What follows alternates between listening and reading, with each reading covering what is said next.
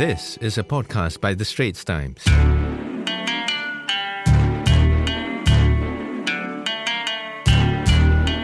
Hi, I'm Li Xueying, and you're listening to Asian Insider.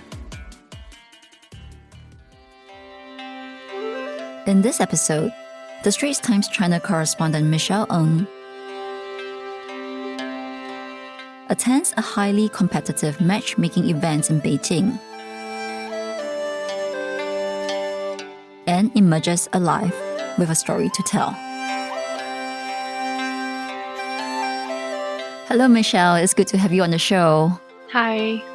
Okay, so rich men and pretty women, that sums up this matchmaking event that you attended in Beijing recently, right? For your article on how singles in China are screening prospective partners for compatibility based on wealth, education, and social class. And, Michelle, as you wrote, this practice is pretty much in line with this long-held Chinese traditional ideal of marrying within one's social class, 门当户对. So we also have read, and your colleagues have also reported on the xiangqingjiaos in China, the matchmaking parks in major Chinese cities where parents on weekends will actually put up their children's biodata for vetting. So within the same narrative of how Chinese parents are still very much concerned about who their children are pairing up with and whether they are a good match. So I wanted to ask, what prompted you to want to look at this issue today? Well, we know that the marriage rates in China have been going down for years and people are having fewer babies, etc. But it doesn't mean that Chinese people are not looking for love or companionship. Actually, in the space of dating and matchmaking, there's still quite a lot of activities that's going on, especially in the big cities like Beijing, Shanghai, because as you know, life in the big city can be quite boring and lonely. So my idea of looking into this issue was to step into one of these spaces to see what young people especially, are thinking about relationships today and how their expectations reflect a wider social change. So actually it was by chance that I came across this matchmaking event, this high-end matchmaking event, because I knew that there were dating events such as hiking and tennis and drawing classes that cater specifically to young single Chinese people. But those were with the same interest, right? Yeah, correct. So they are more like interest group, but with you go there and if you're a single person, you go there and meet someone. Yeah. Yeah, but those were more mass market. So it was really by chance that I came across this high-end matchmaking event. I was introduced to this organizer by another newsmaker. And I thought it was very interesting because it was specifically catered to a certain wealthier class. Okay, so how rich are we talking about? These people have Sing dollars is about a minimum 5 million Sing dollars. So maybe if you own a condo maybe in Singapore, you'll probably be around that tier lah. Right. Like a 5 million and above condo as your net worth. Yeah. I see. So both men and women will have to have at least that kind of net worth before they can even join in? Well, for this particular event, and actually most of these high-end matchmaking events, they make some exceptions for people who hit certain criteria but maybe don't meet the net worth.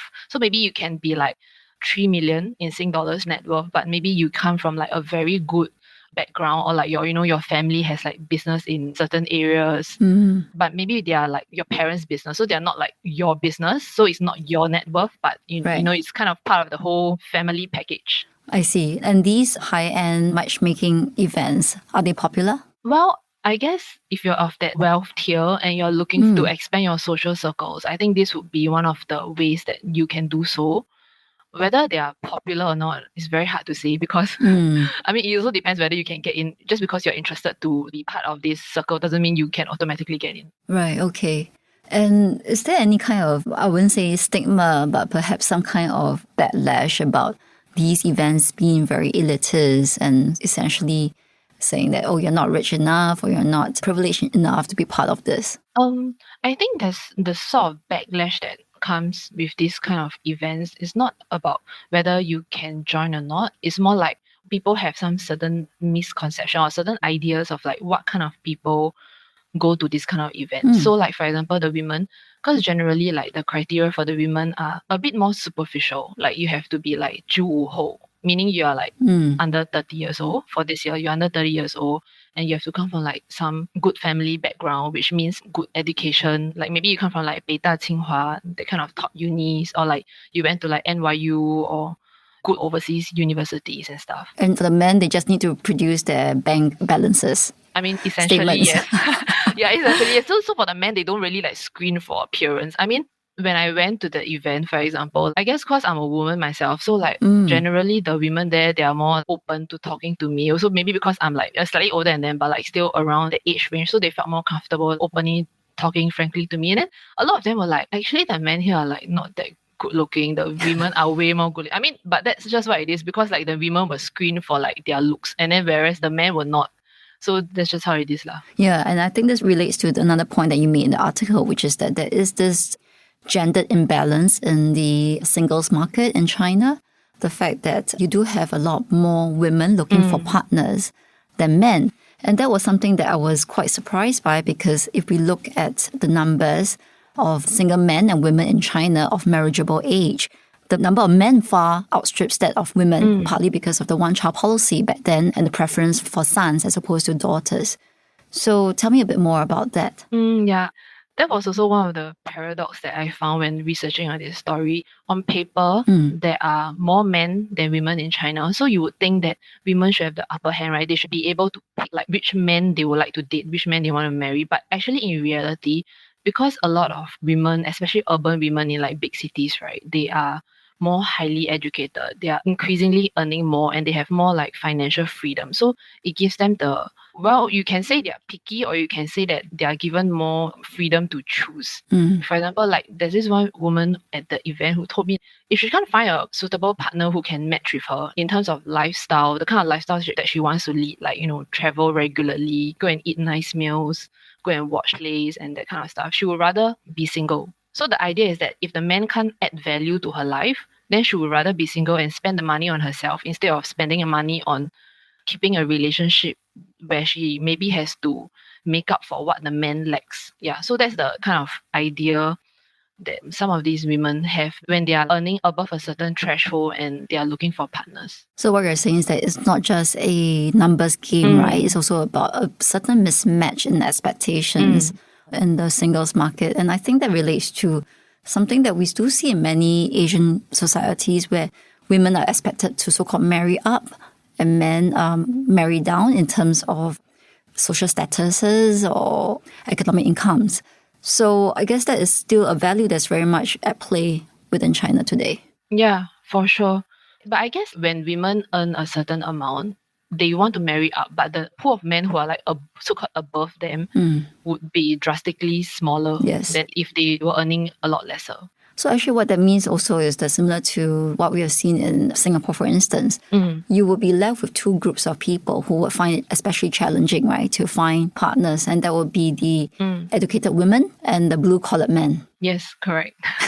But I guess for blue-collar men, it's a bit easier because there are also a vast population. A lot of blue-collar women. Yes, that's outside of the city. Yeah. So do you find that the women that you met at this matchmaking event, they were also looking at the possibility of looking overseas for their partners as a result? I think some of them are open to the idea of looking overseas, but I think it's still much the idea that it's a Chinese culture thing where you would want to marry someone from the same culture. So like some of them that I've spoken to, they've studied overseas. They studied in like UK, US, wherever.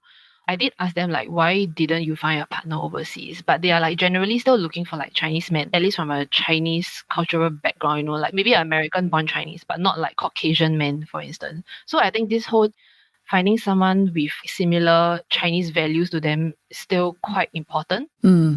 Okay, so there is also another inequality at play here, right? So I was struck, for instance, by this comment by an academic that you spoke to, Professor Pang Wang, who said that this matchmaking event where you have men and women of similar social statuses attending arises from what he says the strong desire of the wealthier classes to protect their family and personal resources and identity in the face of a growing divide between the elites and the broader population. So what does that tell us about whether rich Chinese are feeling that their resources and identity are somehow under siege? Do they feel that, yes, there's this growing divide and therefore I need to make sure that I am pairing up with people within the same social strata so that we are protecting our resources and our identity? I wouldn't say that the rich Chinese are feeling their resources and identity under siege, but there is definitely some anxiety around it because rising income equality means that wealth and access to opportunities, like good jobs, good employment, good education, they are very concentrated in the hands of a small group of people, mostly in the big cities. And the people who have them want to keep them, which I guess is understandable because it's human nature, right? But at the same time, I guess in the past, maybe 1-2 years, there's been a bit of resentment on social media, at least on Chinese social media, towards the wealthy people. Sometimes they're often portrayed as being entitled or out of touch. So in recent months, there have been a number of cases where there have been like very fierce online debates over perceived privilege and inequality.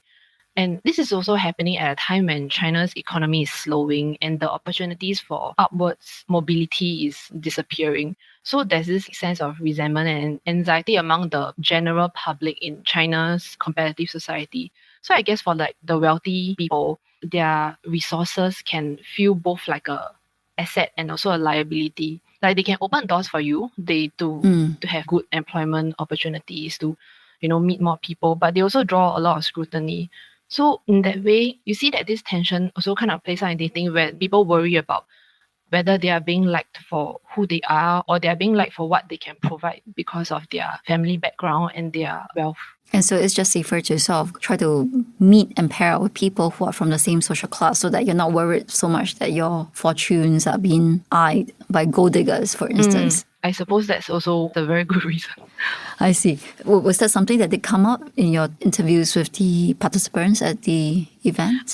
Yes. So I think for a lot of the people who go to such events, I think them finding a partner of the same status is kind of like a foundational criteria for them. It's not something that even like cross their mind. They're like, obviously I would find someone who is of a same status as me. Like, why would I not? When I asked them about this, it came across as like a very dull question. Like, obviously I would find someone who can match with my family. It's the most baseline. And then everything else like personality, attractiveness, looks and stuff is a separate thing entirely. I see. And how often do you see cases in China of matches that cuts across class? Not that I can recall. I mean, I'm sure there are, but unless it's something that blows up on social media, generally we don't really know how many or like how prevalent. Yeah, and that would really be seen as something that's very unusual in China.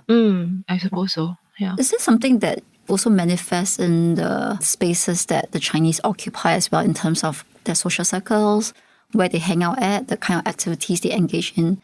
Basically, we don't see many opportunities for public or communal spaces where there is a leveling effect in terms of social class and family wealth. I mean, yes, because say in Beijing, where it's a very big city, if you just keep to the usual spots where you hang out with your rich friends, for example, like, you go to restaurants that sell maybe in Sing dollar, like $50 a meal. You obviously only meet people of that certain spending power, right? Like you don't get to meet maybe say lower income people, unless in school. But even in school, like I can't say for whole of China, but at least in Beijing alone, even in schools, if you're from a well-to-do family, this is really just like Singapore. People want to send their kids to like good schools, and people who send their kids to good schools have certain resources. They have good backgrounds and stuff. So generally, the friends that you make in school, they are all of a certain kind. So there's not a lot of social mixing, I would say. So this kind of events, whether it's like the high-end matchmaking or even like the more mass market ones that just cater to, the more general public. I mean, these function as like good events for people to come and get together, to get to know, to expand their social circles. Okay. Well, thank you very much for sharing all of that, Michelle. Very fascinating. Thank you. No problem. Thank you. Well, that's a wrap for Asian Insider. If you would like to read our column, we have a link in our podcast show notes. This episode was produced and edited by Sani. Thank you for listening. Send your feedback to podcast@sph.com.sg. Find us on Apple Podcasts, Spotify, or within our Straits Times app. Thanks for listening.